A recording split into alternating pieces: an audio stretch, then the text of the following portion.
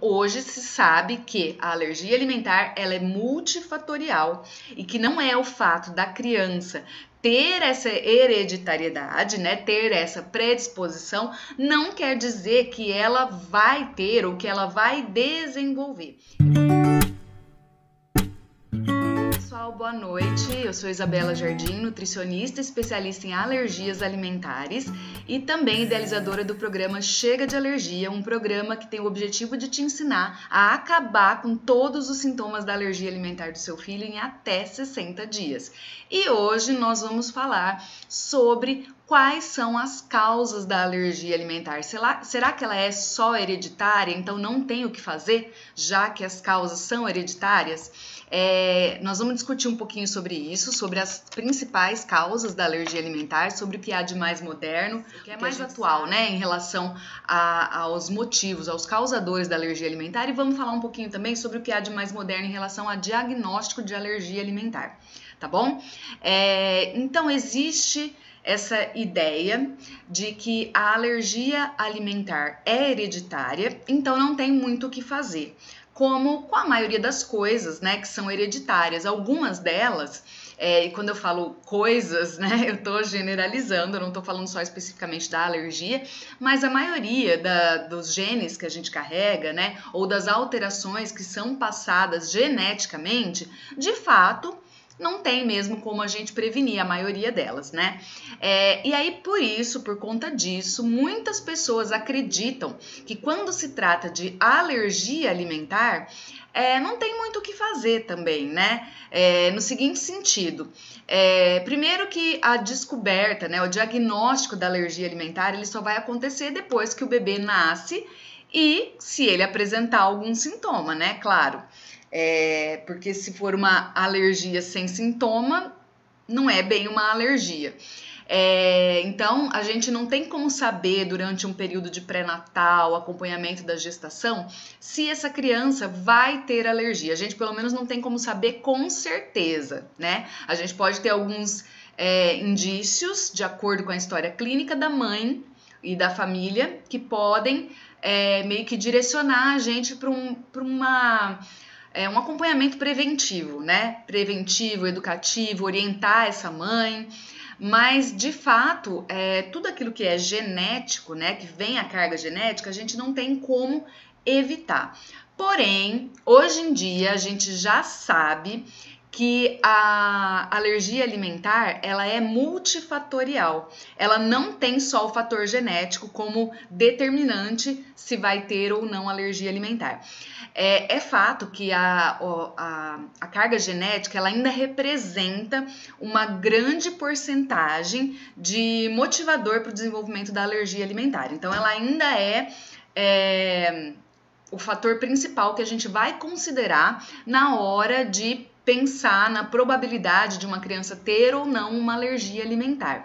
Porém, hoje se sabe que a alergia alimentar ela é multifatorial e que não é o fato da criança ter essa hereditariedade, né, ter essa predisposição, não quer dizer que ela vai ter ou que ela vai desenvolver. Eu vou dar um exemplo para ficar mais fácil de vocês entenderem o que eu estou querendo dizer com isso. Quando a gente tem um paciente, por exemplo, uma mamãe gestante que é diabética, né, que ela tenha desenvolvido uma diabetes gestacional ou que seja já diabética antes da gestação ou que ela não seja, mas tenha muitos familiares que são diabéticos. A gente sabe que a probabilidade da criança que vai nascer dela também carregar esse gene, né, essa predisposição a desenvolver diabetes quando comparado com uma pessoa que não tem a mãe diabética ou que não tem casos de diabetes na família, a gente sabe que é maior, né? E pode até ser, existem inclusive, viu gente, isso aí é a título de curiosidade, mas existem sim alguns exames que são capazes de analisar, né, fragmentos genéticos, vamos dizer assim, que poderia ser sangue, pode ser fio de cabelo e etc, que conseguem inclusive detectar as chances de você desenvolver uma doença no futuro. Eu acho muito legal, infelizmente são exames assim que não são acessíveis, né, são bem caros, não é fácil de achar em qualquer lugar, mas eles existem, né, eles existem, é uma realidade.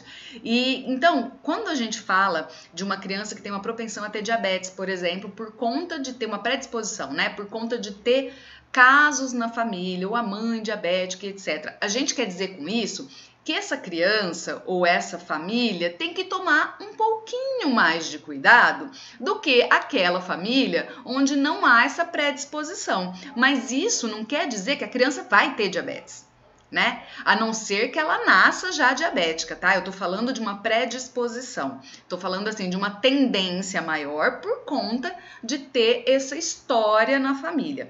A mesma coisa vai acontecer com alergia alimentar. Então, quando a criança, voltando aí ao exemplo da diabetes, quando a criança tem uma predisposição a ter diabetes, se eu cuidar da alimentação dessa criança, ensinar essa criança desde pequena a não exagerar nos doces, a não descuidar do peso, né? Não ficar muito acima do peso, que são fatores que a gente sabe que levam ao desenvolvimento da diabetes. Então, a mesma coisa vai acontecer com a alergia alimentar. Então, a criança ela pode ter uma predisposição a desenvolver alergia alimentar por ter essa herança genética, mas tem como a gente evitar, tá? Ou ainda que a criança tenha, né?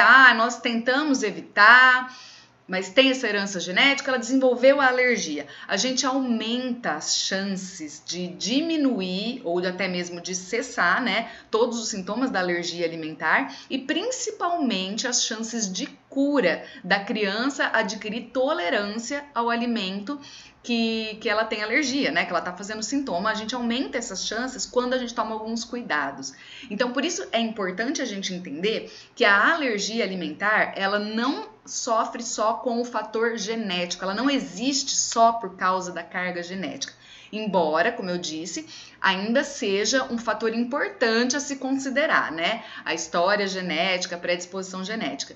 Mas a gente tem também fatores ambientais, né? E a gente tem também estilo de vida e hábitos alimentares. A gente tem esses 3 outros fatores como contribuintes, né? Como fatores que vão contribuir para a criança desenvolver ou não a alergia alimentar. E ou mesmo que ela desenvolva, dela ser uma alergia mais grave, menos grave, dela ter sintomas mais complexos, né, mais importantes, sintomas mais leves, dela desenvolver tolerância mais rápido ou não, as chances dela desenvolver, né, porque dependendo da alergia alimentar que a criança apresenta, ela já tem, pela natureza da própria alergia, uma propensão bem grande de desenvolver a tolerância, mas a gente aumenta ainda mais as chances se a gente tiver esses cuidados, tá?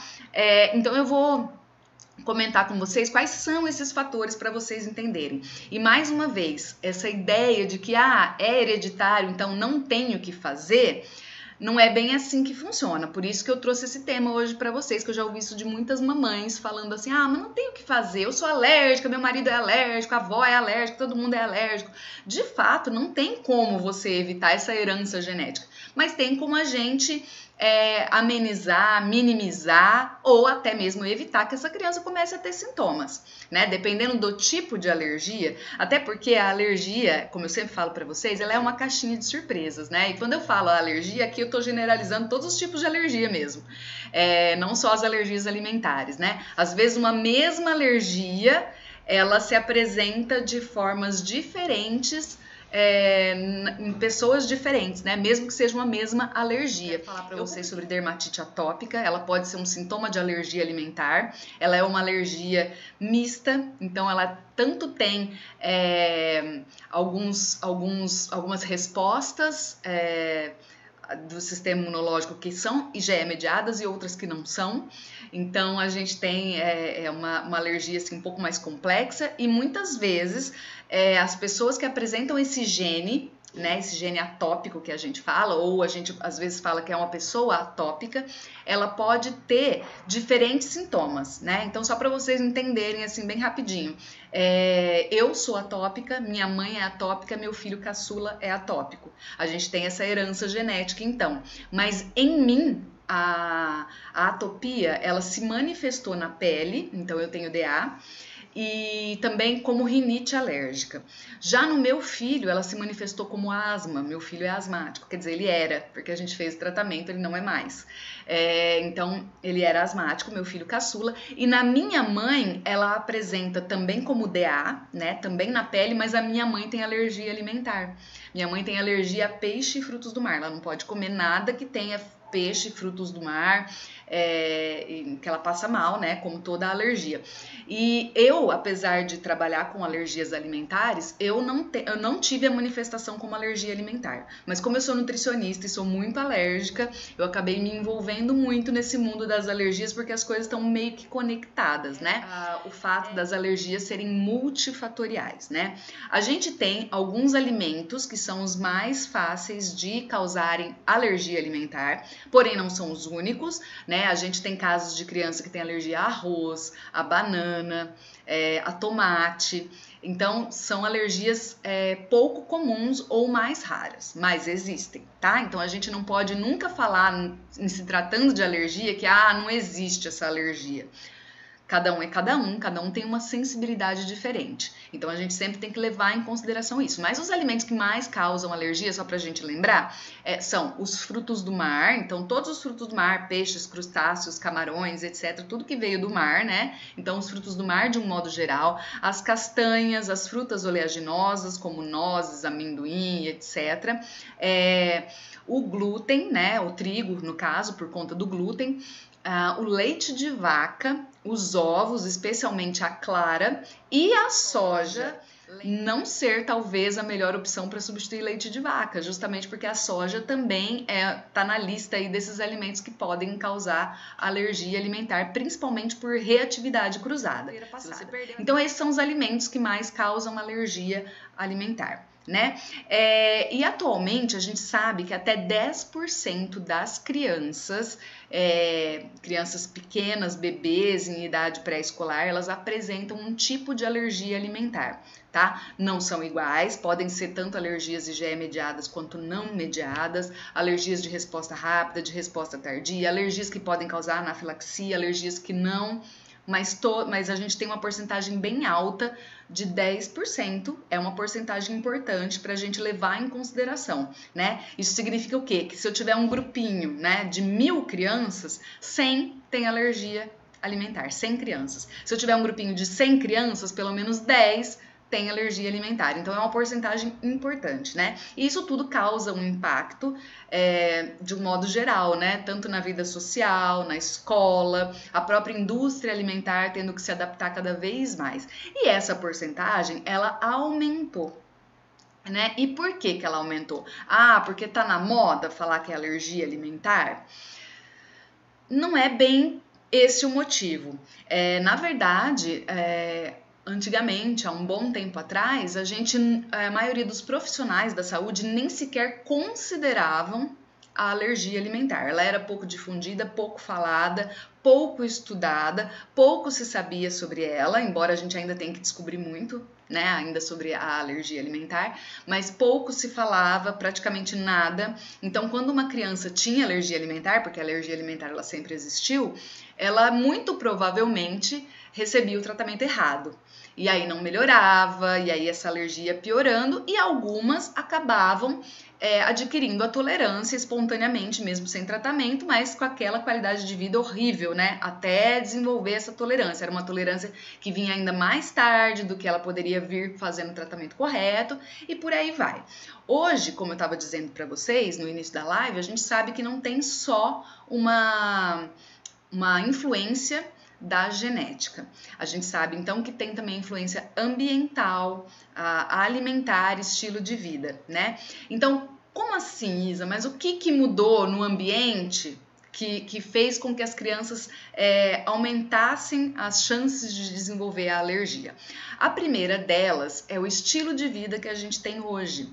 E quando eu falo de um estilo de vida, eu não estou me referindo só ao estilo de vida que a gente escolhe, entre aspas, né? Eu tô falando entre aspas porque a maioria de nós provavelmente não quer escolher um estilo de vida que é estressante, né? As mulheres que trabalham fora e que são também donas de casa e cuidam do filho e às vezes estuda, às vezes trabalha, enfim, a gente não é bem uma escolha do tipo, eu escolhi ter essa vida estressante, eu poderia ter escolhido diferente. Algumas coisas são escolhas, né? Porque o tempo também, quando a gente fala, eu não tenho tempo de cozinhar, não tenho tempo de fazer exercício, não tenho tempo de ter uma alimentação mais natural, o tempo ele também é uma questão de prioridade. Mas eu tô falando assim daquelas escolhas que a gente às vezes não tem muito como fazer. Por exemplo, por mais que a gente queira ter uma alimentação mais natural, se a gente não tiver acesso a essa alimentação e não tiver uma orientação correta, a gente acaba não conseguindo sempre levar isso à risca, porque a gente vive num mundo muito industrializado. Então a gente acaba não conseguindo fugir da alimentação mais industrializada, mais artificial, né? E tudo isso, esse tipo de alimentação, contribui para que a gente desenvolva ou aumente as chances de desenvolver uma alergia alimentar. Então esse é um fator, né? O outro fator é que a gente também não tem mais um estilo de vida saudável quando se refere a outras questões, não só a alimentação. A gente tem muito mais uso de antibiótico e de medicamentos do que a gente teria em outra época. Então, ao mesmo tempo que antigamente a gente não tinha tanto acesso a antibióticos e algumas pessoas até morriam, né, por doenças que hoje são muito mais fáceis da gente lidar e da gente curar, e que bom, né, que inventaram o antibiótico, mas aí, por outro lado, começa a ficar meio banalizado, qualquer espirro, qualquer coriza, dá-lhe antibiótico, né, então a gente é meio que 880, né, ou não tinha antes ou agora usa em excesso. Então, o uso indiscriminado de medicamentos, de antibióticos, de remédio para tudo quanto é coisa que a gente imaginar, muitas vezes desnecessários, inclusive no tratamento de alergia alimentar. Então, a gente tem essa inversão aí, né? A gente acaba abusando demais de coisas que surgiram para facilitar a nossa vida e para, teoricamente, melhorar a nossa saúde. Mas aí a gente acaba exagerando no uso disso, né? A gente tem um estilo de vida também que a gente já não faz mais exercício, muita gente não bebe água, troca água por refrigerante, e claro que eu estou generalizando, né? Mas eu sei, tanto pela minha profissão, quanto por estar sempre acompanhando mamães, inclusive gestantes, eu tenho um trabalho com gestantes aqui em Bauru também, direcionados, que é a cidade que eu moro, direcionados para orientar, né? Sobre uma possível alergia alimentar no bebê. Então eu sei que mesmo durante a gestação, as mamães às vezes não fazem uma dieta como deveriam fazer, né? Muitas mamães ainda têm aquela ideia de que tem que comer por dois, de que não pode passar vontade, né? Então, essa ideia do não posso passar vontade acaba fazendo com que a mamãe use e abuse de refrigerantes, de produtos industrializados e etc.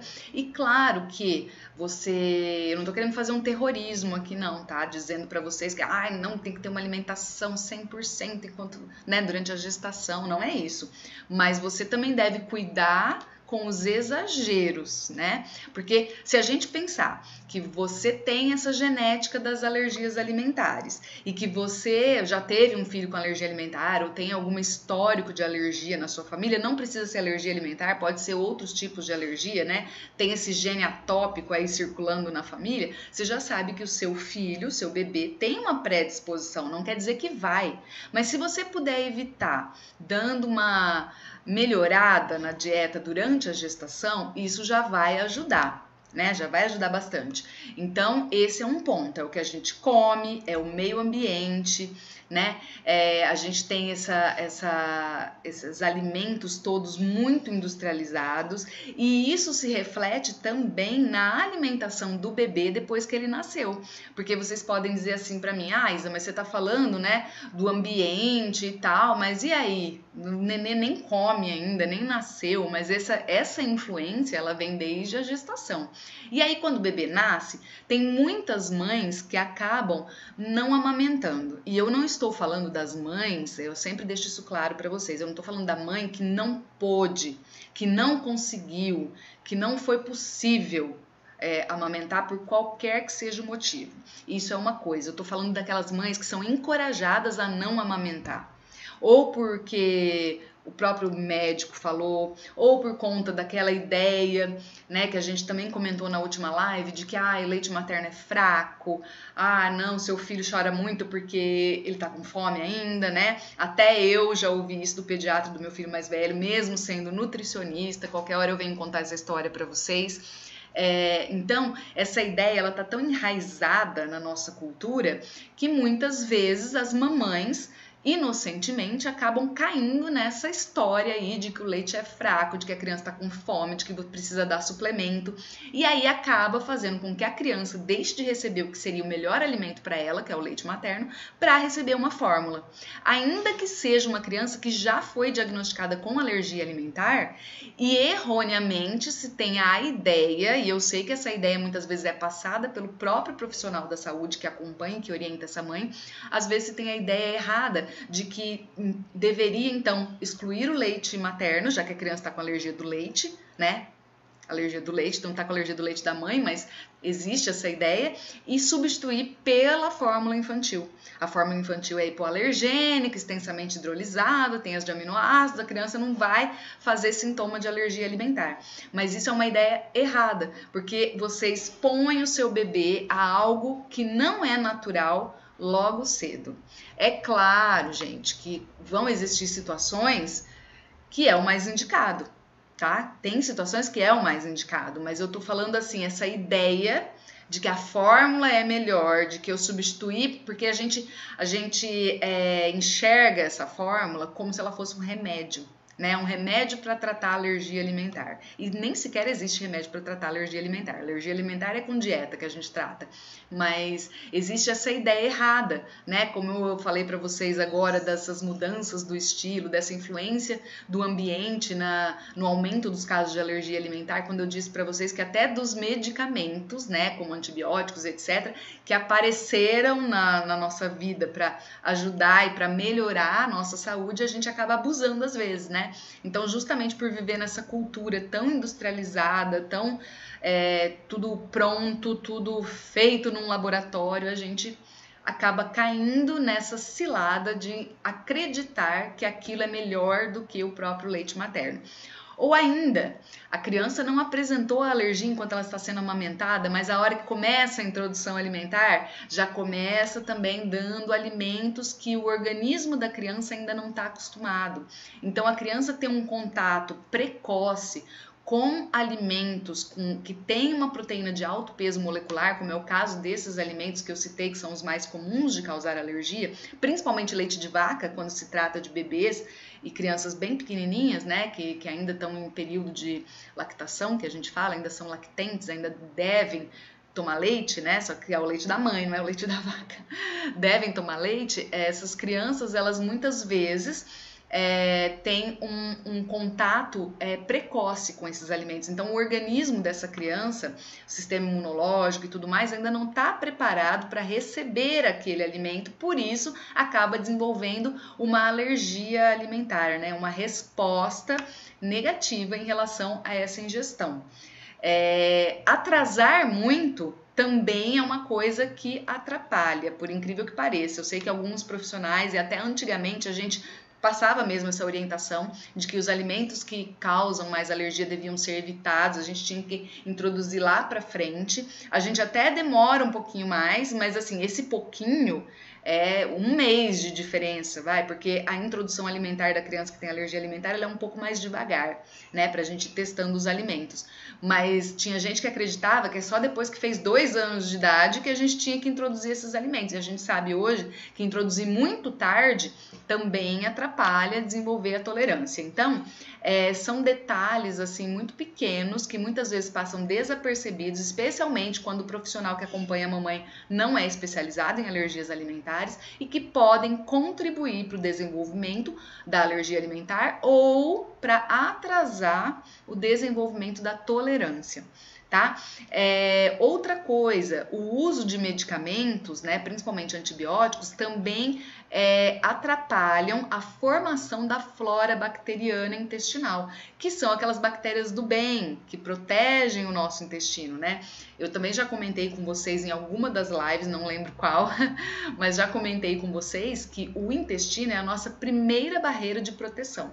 Então, sempre que a gente tem contato com algum invasor, né, vírus, bactéria ou alimento que possa causar qualquer dano, enfim, qualquer coisa que a gente tenha contato através da ingestão, o nosso organismo, ele tem como primeira barreira de proteção o intestino. Então é lá no intestino que vai haver uma espécie de seleção, quem entra e quem não entra, né, para já ser mandado embora.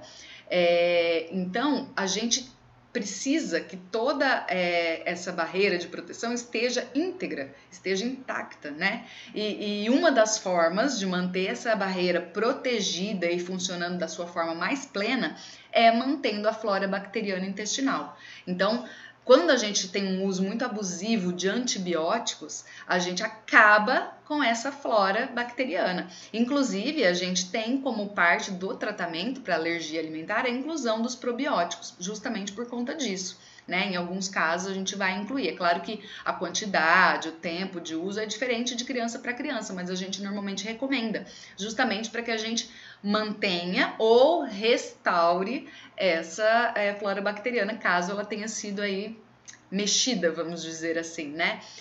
E claro que o excesso de diagnóstico errado em relação à alergia alimentar também acaba contribuindo para o aumento ou para o retardo da tolerância, né? O retardo da cura e da tolerância por parte do organismo da criança. E aí sim a gente pode pensar naquela ideia que o pessoal fala de mas alergia alimentar é modismo. Eu já vi vários profissionais da saúde, médicos, etc., falando aqui em canais de YouTube, em vídeos e tal, que não, alergia agora é moda, tudo é alergia alimentar. Não é bem isso. Não é que tudo é alergia alimentar ou é moda. De fato, os casos de alergia alimentar aumentaram sim por conta de tudo isso que eu falei para vocês.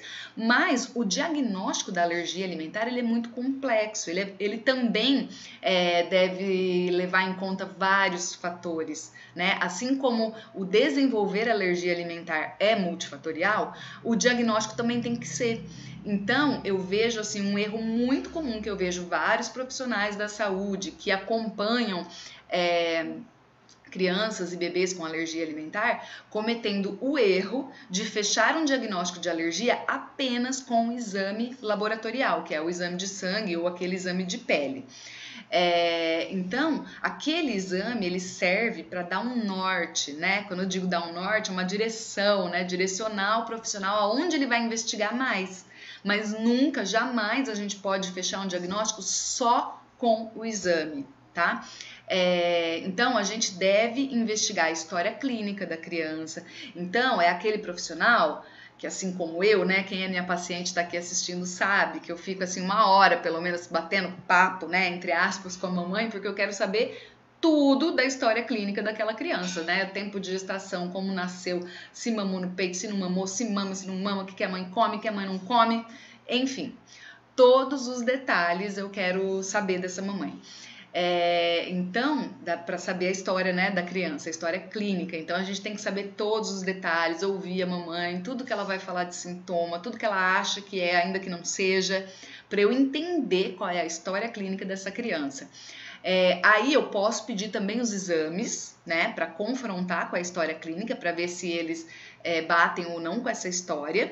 E eu posso pedir o TPO, que é o teste de provocação oral, que a gente diz que é o padrão ouro de diagnóstico, né? Por que ele é o padrão ouro? Porque nem toda alergia alimentar vai aparecer no exame. E aí, quando não aparece no exame, como é que eu faço para saber se essa criança tem alergia mesmo? Se a mãe tá me falando que tem sintomas, se eu tô vendo que a criança tem sintoma, e aí, cadê essa alergia? Não deu no exame, a mãe tá doida, ela não tem essa alergia? Não é assim que funciona. A gente tem que fazer o TPO. Então, eu tenho que investigar pelo menos essas 3 coisas, né? A história clínica, o exame e o TPO.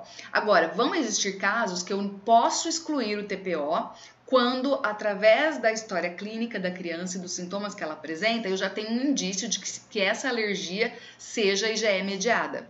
Então, se eu já tenho um indício, né, se pela história clínica e pelo sintoma da criança eu já consigo entender que a possibilidade dessa alergia ser IgE mediada é bem grande, eu posso só pedir o exame laboratorial. E aí, se ele já comprovar, aí sim eu já posso fechar um diagnóstico sem precisar de TPO. Mas atenção, mamães, a maioria das alergias mais comuns em bebês e crianças, que são a alergia à proteína do leite de vaca, então a criança que é a PLV, seguida da alergia ao ovo, são alergias não IgE mediadas, tá? Existe a IgE mediada, claro, mas a maioria não é, principalmente a PLV. Então tem que tomar muito cuidado com esses diagnósticos. E tem outra coisa, nem sempre o que aparece no exame de sangue é porque a criança tem alergia, porque às vezes acontece ao contrário, às vezes aparece lá no exame alergia a um monte de coisa, mas a criança nem reage a tudo aquilo. E aí, para eu saber o que de fato está causando, eu tenho que fazer o TPO também para confrontar. E é aí que acontece um excesso de diagnóstico errado de alergia alimentar, e por isso algumas pessoas às vezes confundem, achando que é um modismo, né? Mas na verdade não é isso. Acontece que precisa ser minucioso, criterioso, né? Levar em conta várias coisas para fechar um diagnóstico de alergia alimentar. E aí quando o profissional não é bem treinado, não é especializado, não se mantém atualizado, né? Porque a gente que é da área da saúde, e aí eu tô generalizando todo mundo, tá? Eu como nutricionista, enfermeiro, pediatra, médico, clínico geral, enfim. Todo mundo que é da área da saúde tem que se manter sempre atualizado, porque a área da saúde é uma ciência. E tudo que vem da área da ciência é mutável, tá sempre evoluindo, tá sempre aparecendo coisas novas. Então, a gente tem que estar sempre se atualizando. Às vezes, ele não tá errado em dar aquela orientação, porque é o que ele aprendeu lá na época que ele estudou. Só que daí não se atualizou mais, nunca mais fez um curso, não sabe nem o que está acontecendo agora e continua passando aquela orientação errada, né? Ou errada ou incompleta, como a gente já conversou várias vezes também. Então, nem tudo que vai aparecer ali é de fato necessário que se exclua da dieta, né? Então, eu também já atendi muitas mamães que chegam com uma lista enorme de coisas que a criança tem alergia. Ai, deu no exame que a criança tem alergia à proteína do leite de vaca, tem alergia a ovo, tem alergia a castanha, tem alergia a soja e tem alergia a arroz. Aí a mãe chega desesperada, porque só quando tem que tirar já o leite e os derivados, a gente já fica de cabelo em pé, como é que eu vou substituir tudo isso? Imagina quando vem uma lista enorme, né? Aí é aquela criança que está em risco de desnutrição, a mãe não sabe o que dá, né? Começa a cortar todos os alimentos, e aí a gente tem que tomar muito cuidado com isso, porque não é tudo que aparece no exame que a criança vai reagir, né? Então é muito comum, assim, isso é muito comum naqueles casos em que a mãe me procura e fala assim, olha, meu filho sempre comeu ovo, sempre comeu arroz, nunca aconteceu nada, eu só percebi que ele estava tendo reação, ele passava mal, ele ficava com cólica, com sangue e muco nas fezes, quando ele tomava leite de vaca. E aí, por isso eu procurei o médico pediu o exame, deu realmente que ele era alérgico ao leite de vaca, como eu estava desconfiando, só que daí, para minha surpresa, o menino é alérgico a um monte de outras coisas. Então, na verdade, ele pode não ser. Porque quando a pessoa é alérgica e ela tem essa predisposição genética, pode acontecer de quando o organismo teve um primeiro contato com o outro alimento que apareceu lá no exame, ele desenvolveu anticorpos para combater aquele alimento. Só que daí, logo, ele já percebeu que não era um invasor. E aí ele para de fabricar esses anticorpos, mas ele mantém o registro. É como se tivesse ali um arquivo, sabe, no nosso organismo, com todos os anticorpos ali que ele já produziu. Então, ele mostra, entre aspas, esse arquivo quando o exame laboratorial pergunta, né? Porque o exame é como se ele fizesse uma pergunta para o sangue, ó, tem aí esses anticorpos? Tenho para esse, para esse, para esse. Então, não significa necessariamente que a criança tem sintoma aquilo, que ela reage àqueles alimentos. Significa que ela tem o anticorpo? Sim, significa. Mas não significa que ela está reagindo o tempo todo, até porque tem graus, né, bem diferentes de IgE. E aí tem alguns profissionais que apareceu ali, ele já manda cortar. Tipo, na dúvida, vamos cortar tudo, porque apareceu aqui numa quantidade bem baixinha, mas a gente não vai arriscar, porque senão a criança não vai sarar, e não é por aí. Essa não é a forma correta de fazer diagnóstico. Então, se a gente juntar tudo isso que a gente comentou hoje sobre os multifatores que fazem com que a criança desenvolva alergia alimentar, além da predisposição genética, mais as dificuldades no bom diagnóstico, no diagnóstico correto de alergia, a gente consegue perceber claramente os obstáculos que envolvem alergia alimentar hoje em dia, que é não só o diagnóstico, como evitar esse aumento de casos, né? Tentar prevenir que pelo menos seja um caso mais grave, e e fazer, né, procurar um profissional especializado para que se faça um tratamento correto. Lembrando que a base do tratamento da alergia alimentar é dieta. Não adianta tomar remédio, não existe remédio para curar a alergia alimentar, tá? A gente vai usar os medicamentos para melhorar sintomas enquanto o tratamento ainda não está fazendo efeito, né? Porque pode ser sintoma da alergia alimentar, por exemplo, um refluxo gastroesofágico, tem aquela criança que toda hora volta a comida, né? Toda hora tem refluxo. Aí esse refluxo, às vezes, dependendo do grau do refluxo, pode fazer com que a criança tenha dor de garganta raspando, enfim. E aí a mamãe procura o médico, que não é especialista, e fala para ela fazer o quê? Dar antibiótico para resolver a dor de garganta.